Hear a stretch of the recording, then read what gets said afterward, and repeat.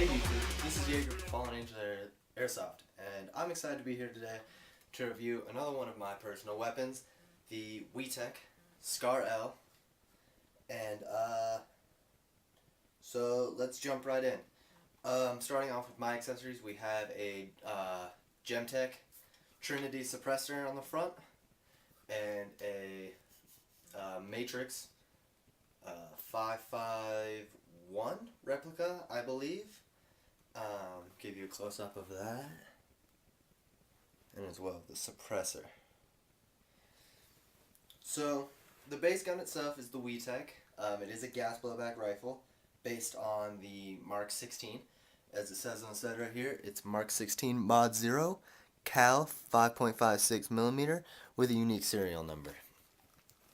It'll have all your standard SCAR type features, as well as flip up iron sights, which you flip that up. You got your normal SCAR type sights. You have your charging handle, which goes on either side of the weapon with some minor disassembly. You have a monolithic upper receiver with a rail that spans the entire length of the weapon, as well as a rail on each side, and a long bottom rail that leads almost all the way to the mag well. Next, you have your normal SCAR stock, and normally these do have a rubber butt pad on it. I bought this one secondhand and he didn't have it, so yeah, mine looks pretty ugly with that glue right there, but it's still a very nice functional stock. You have it retracts, as well as comes all the way out, 6 different positions. Usually like mine about 4 there. Oops. There we go. You have a cheek riser, so you can get comfortable with a face mask even down sights, and you have it fold to the side. Now the weapon can be run like this, although I believe it's primarily meant for getting in and out of vehicles or maybe tight spaces. On this side you have the bolt catch right here, which when the gun is empty locks back like so. You can see the open bolt system right there, and again on this side, so you'd hit that top button to release it right there. You have your ambidextrous magazine release, as well as an ambidextrous fire selector with safe on the bottom, semi and fully automatic on top. And like I said, you have the magazine release and then the fire selector once again. However, you do not have a bolt catch on this side. Some cool features about the gun is up in here in the gas block, or the gas tube. What you would do is you'd fold that out like so and pull it out, and you have a small tool for helping disassemble the gun. It's just a little hex key that I don't think is too common. So onto the performance of the gun. It shoots well, it shoots straight, and it shoots pretty hard. It's extremely loud, but it is an extreme gas hog. This is my 3rd gas blowback rifle, and this is definitely the one that uses the most gas. To show you guys here, I brought in a magazine, and let's see if we can get this thing to shoot a little bit. Okay, so we have semi-auto.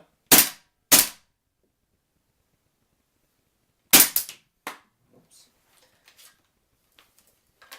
Show you from the other side here.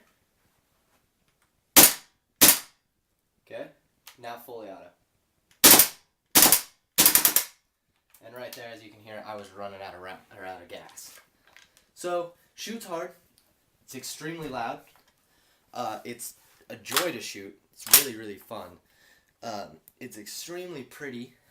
And I think they're going for about $320 now. So not too bad of a price at all. Magazines are going to hold 30 rounds. And they're just your standard stag-nag type looking magazines here.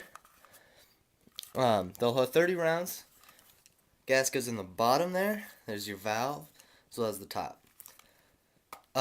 Very gas inefficient, as far as all that goes.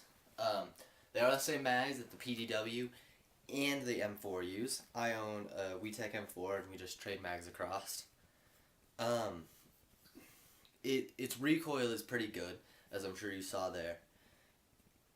Would I recommend it? Not over a WeTech G39.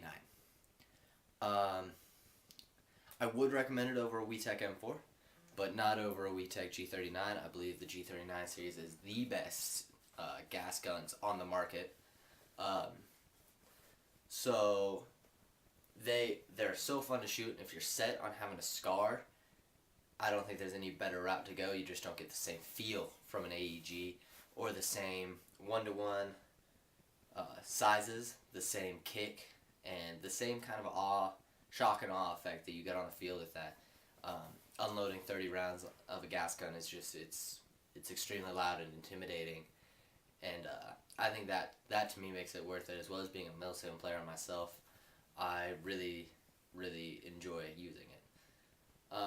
Like I said, I think they're going for about 320 now. Correct me if I'm wrong on that, but I believe that's what it is. And then it's going to be about 40 per magazine, which can be steep.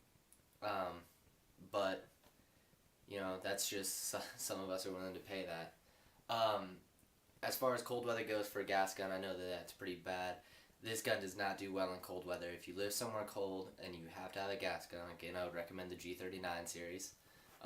I own one, and it works phenomenally in the cold. But you can get CO2 magazines for this, which is not an option you have with the G39. You can get extra mags for this, or extra CO2 magazines for this, and those will do better in the cold. So I'll pick it up and I'll show you. I'll give you one more quick overview of the rifle. Like I said, very good looking, and if you're set on having a SCAR, I would recommend it for a SCAR variant, but if you're only set on the gas blowback aspect, I would definitely go with the WeTech G39. So I think that about wraps it up. Please let me know if I forgot anything, or if you have any questions about the gun. And this is Jaeger from Fallen Angel Airsoft. Get out there and play.